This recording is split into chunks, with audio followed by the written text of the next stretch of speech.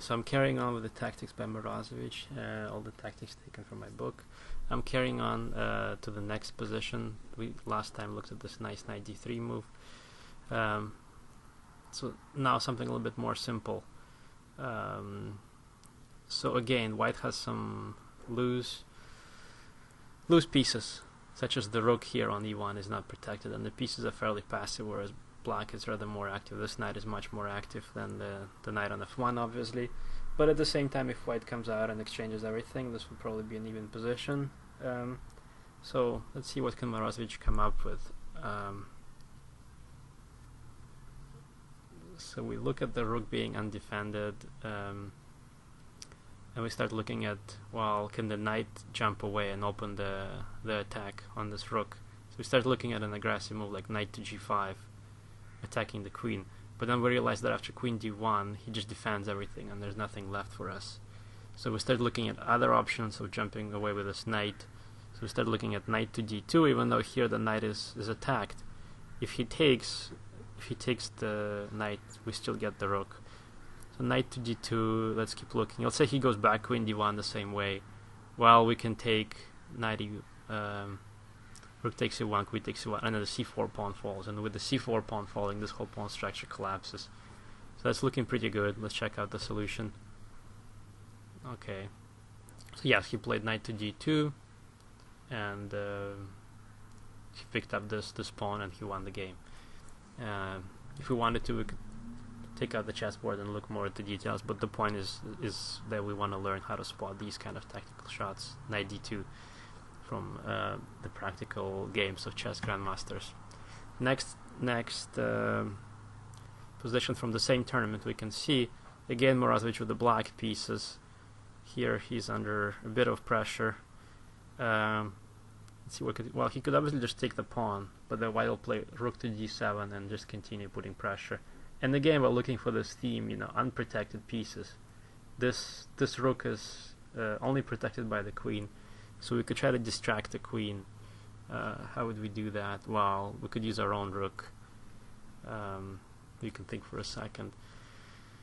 The move he played is rook to c3, takes this pawn, and white took, and they agreed to draw immediately. Well, that's still a good practical example of how to use tactics. He was down a pawn, he got back to even.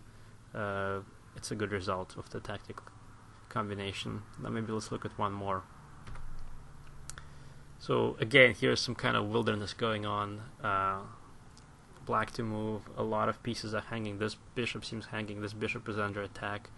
This rook is only guarded by the queen, this bishop is in the corner. So black is practically playing with this extra piece. I mean, but it's of course very, very concrete. But we should pay attention to this pawn and just attention around here. So how again could we spot the move that lets the black that lets the white loose pieces hang even more? d2 doesn't seem to do much. Taking on g5, he'll just come back with a knight. Doesn't seem to do much either.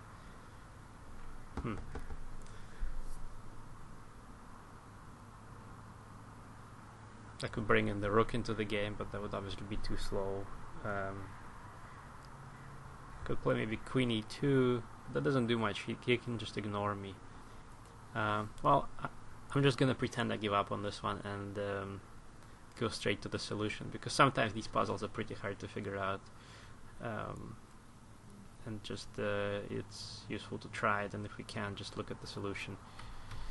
So knight e4, wow, that came out of nowhere. But if we look at the previous positions, it's very similar. It's all these knight jumps that somehow are the theme here. So knight e4,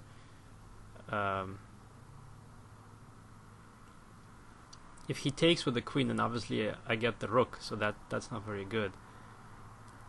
So white took on e7, and here we have to visualize quite a bit. And then he took also on f2, and that threatens the rook, and that threatens this check.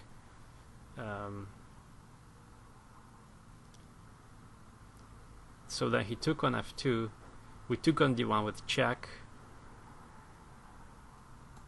and then he went away with the queen, and then black just retreated. So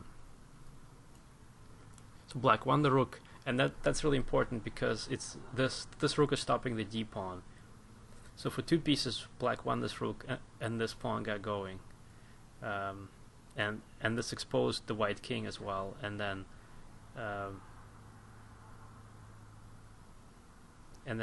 when black retreated with the bishop, black was able to castle, and with these 2 knights on this very strong passed pawn, he won because the pawn eventually promoted.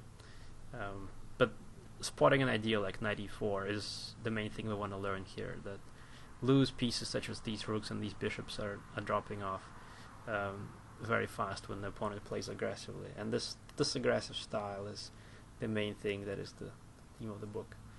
Thanks for watching.